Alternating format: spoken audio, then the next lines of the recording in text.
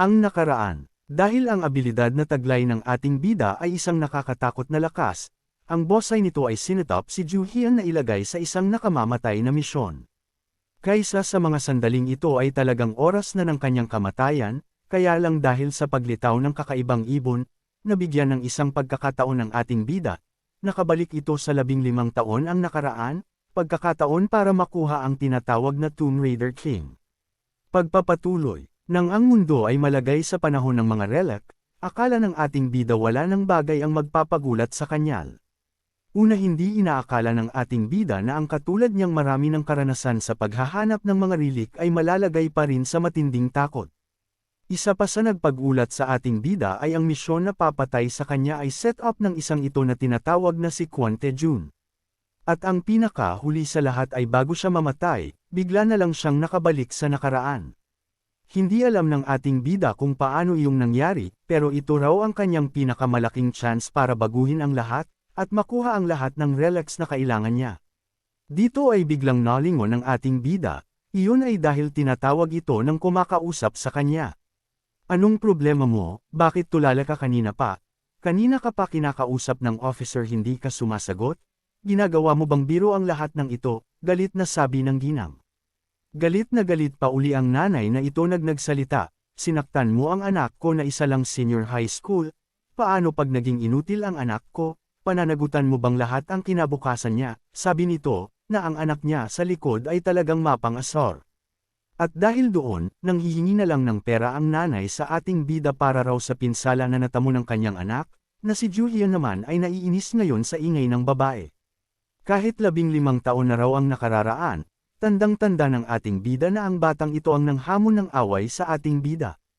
Naiinis siya sa batang ito noon, dahil nang madali sila sa police station, kahit na hindi naman niya talagang nabagbog ito nagpanggap lang na nasaktan, napilitan ang ating bida na humingi ng tawad. Ngayon naman na hinihingian siya ng pera walang mabigay ang ating bida, iyon ay dahil wala talagang siyang pera ngayon. Ang mga dating kagamitan ni Ju Hyun ay wala na sa kanya ngayon, at wala rin siyang mga kakayahan ngayon para makuha ang mga relics, kaya naiinis ito ngayon.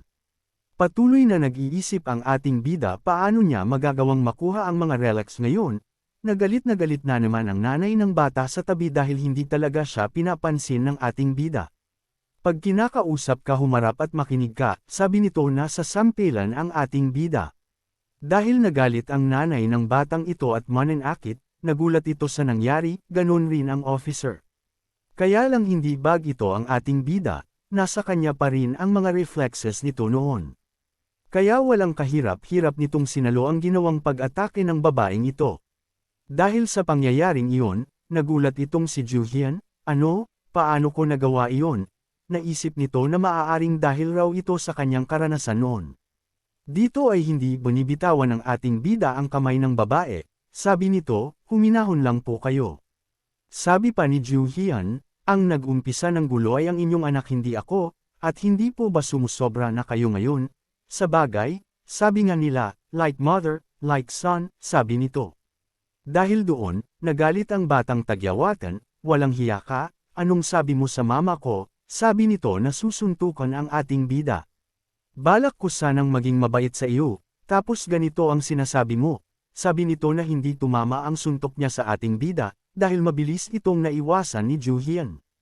Kasabay ng pag-ilag, mabilis na nahawakan ng ating bida ang kamay ng isang ito.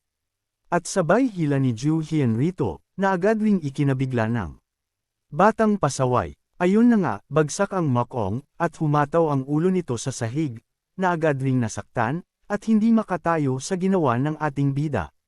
Ano ito, ang katawan ko ngayon ay mas magaan kaysa noong una, siguro dahil hindi ko pa nakukuha ang side effects ng relic. Dahil doon, galit na tumayo ang mga police officer sa nangyari.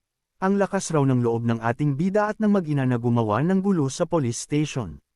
Sabi naman ni Ju Hyun, wala akong pera para bayaran ang mga iyan. Kaya ikulong na lang ninyo ako, sabi nito, na ang nanay na hindi matanggap ang sinabi ng ating bida. Baliw ka ba, mas gugustuhin mo pang magkaroon ng criminal record kaysa magbayad, sige mabulok ka sa kulungan sabi nito. Kaya lang isang titig na masama lang ang ganti nitong ating bida sa babae, dahil para sa kanya sa oras na lumabas ang relic, ang criminal record ay wala ng kwenta. Dahil sa paglabas ng relics, ang mundo ay talagang magugulo ng bongga. Ngayon ay talagang nakakulong na ang ating bida ngayon sa loob ng bilangguang ito. Masaya si Ju Hyun ngayon na malakas at kaya niyang lumaban ngayon, pero hindi pa raw ito sapat ngayon. Kailangan raw kaagad kumilos ng ating bida na humanap ng pagkakakitaan para matustusan ang kanyang paghahanap ng mga relics. Kaya pigang-piga ngayon ang isipan ng ating bida kung anong gagawin nito. Hindi niya alam saan kukuha ng pera para magawa niya ang paghaukay ng mga relics sa mga tomb. Kaya lang isang pangyayari ang hindi inaasahan ng ating bida, may liwanag na lumabas sa kanyang harapan. May mga letra siya ngayon na nababasa sa harapan niya na hindi niya maunawaan kung bakit may ganito, bakit raw lumulutang ang mga sulat. Dahil doon inakala niyang siya ay nababaliw na, kaya agad niyang tinapik ang kanyang ulo ng malakas para magising sa katotohanan. At may isa na namang sulat ang lumitaw, na isang mababang uri ng mang-uumit raw ang ating bida na walang kakaya ng gumamit ng isang paleta. Dito ay naiinis na ang ating bida, dahil sa pagkakaalam niya na ang mga ganitong pangyayari ay sa pamamagitan lamang ng mga relics, kaya iniisip niya na maaaring gawa ito ng crow na tumulong sa kanya. Hoy, uwak, asan ka na, pinapanood mo ba ako ngayon? Magpikite ka, tatanggalan kita ng balahibo pag nakita kita? Anong ginawa mo sa akin? Galit na sabi nito. Dahil doon, agad na napatayo ang ating bida, at nagulat pa ito sa mga window na naglabasan mula sa system sa kanyang harapan. Dito ay may basic skill ang ating bida, una ay ang espiya, na nasa rank F, na nagagawa nitong obserbahan ang nasa paligid nito ng may 1 metro ang sukat. Dito ay lalong naguluhan itong ating bida sa kanyang nakita, ano raw ito, nasa isang laro ba raw siya? At pinagsusuntok-suntok nito ang system na galit ngayon sa uwak, bakit raw ginawang laro ang kanyang buhay? At isang system pa uli ang lumabas, ano na naman, sabi nito na inis na inis. Ayun na nga, may quest na natanggap ang ating bida, kailangan raw nito na mapalabas ang 4 na skill na nakatago sa kanya, para maging isang ganap na Tomb Raider si Ju Hyun. Dahil parang nababaliw ang ating bida sa mga actions nito, agad na lumapit ang police officer at nagsabi kung anong problema raw nito. Dito ay natigilan si Ju Hyun, dito niya napansin na siya lang ang nakakakita ng system sa harapan niya. Sa patuloy niyang pagbabasa ng mga nakasulat sa window sa harapan niya, namamangha ito sa abilidad na sinasabi na dapat niyang taglayin. Nasa sabik pa ito sa unang skill niya na espiya, na kaya niyang makita ang kahit na ano sa loob ng 1 metro mula sa kanya, halos katulad raw ito ng kanyang nakaraan. At dito ay napaisip ang ating bida, ang lahat ba raw ng skill niya noon ay naging ganito na parang isang laro, at ngayon ay dahil may 3 bakante pa sa kanyang skill set, ibig sabihin ay may 3 pang pwedeng madagdag sa kanya. Dito ay nangingiti ng malupitan itong ating bida, kung ganito raw mangyayari sa kanyang mga skill, hindi na raw niya kakailanganin pa ang kanyang relic na archives. Kaya lang dito ay napapaisip ang isang ito, ano raw ang motibo ng uwak bakit ito ginawa sa kanya, at ang alam niya ang mga relic ay hindi mahilig na tumulong sa mga tao. Maya-maya pa'y biglang may tumawag sa ating bida, nagulat ito sa pagtawag ng Lekaki. At sa pagdating ng lalaking iyon, mabilis na nakalaya si Ju Hyun, at sinabi na ang batang lalaki na nagpakulong sa kanya ay suki na sa mga police station, at ugali na raw noon na mangloko ng iba, or apagkwartahan. Sabi pa ng kasama ng ating bida, hindi daw dapat si Ju Hyun ang nakulong, ganun pa man, siya na raw ang bahala mag-ayos ng lahat. Ang isang ito ay isang detective, siya si Jin Woo, tinuturing niyang nakatatandang kapatid ang isang ito nang kunin ito sa bahay ampunan, na tinuring siya nitong tunay na kapatid, na nagulat naman ito na nagpasalamat ang ating bida sa kanya, na mukhang magandang resulta raw ang pagkakakulong ng ating bida. At natawa na lamang ang kuya-kuyahan ng ating bida dahil hindi siya sanay sa ganitong ugali ni Ju Hyun.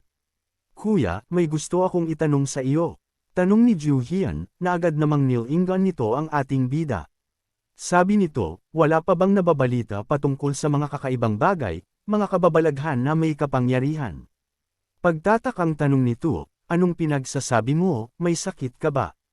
Tanong ng detective. Dito ay nag-isip-isip pa ang detective, sabi nito, oo nga, iyong asawa ko may kapangyarihan na ata iyon. Paano kaya niya nalaman saan nakalagay ang pera ko? Sabi nito, nanangiti na lang ang ating bida, dahil ibig sabihin wala pa talagang relic sa mga sandaling ito. Matapos noon, pinauwi na ang ating bida ng kanyang kuya-kuyahan at magpahinga na raw ito. Alam ni Ju Hyun na kung saan saang bansa lalabas ang mga relic. Wala pang kaguluhan ngayon dahil wala pang mga relic user sa panahong ito. Isa lang ang ibig sabihin nito para sa ating bida, iyon ay ito ang panahon para simulan ang kanyang mga dapat gawin.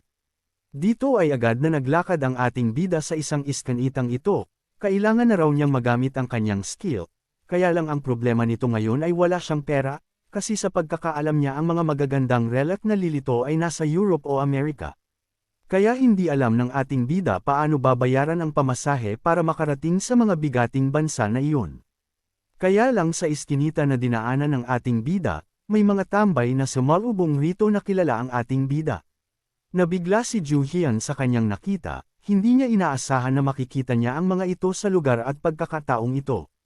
At isang magandang plano ang tumakbo sa kanyang isipan, iyon ay dahil nakita na niya ang magiging sagot sa problema niya ngayon. Ano kayang gagawin ni Ju Hyun sa mga kalalakihan na nasa harapan niya ngayon? Abangan! At dito na nagtatapos ang ating recap, salamat sa panunood mga kaibigan, sa susunod uli.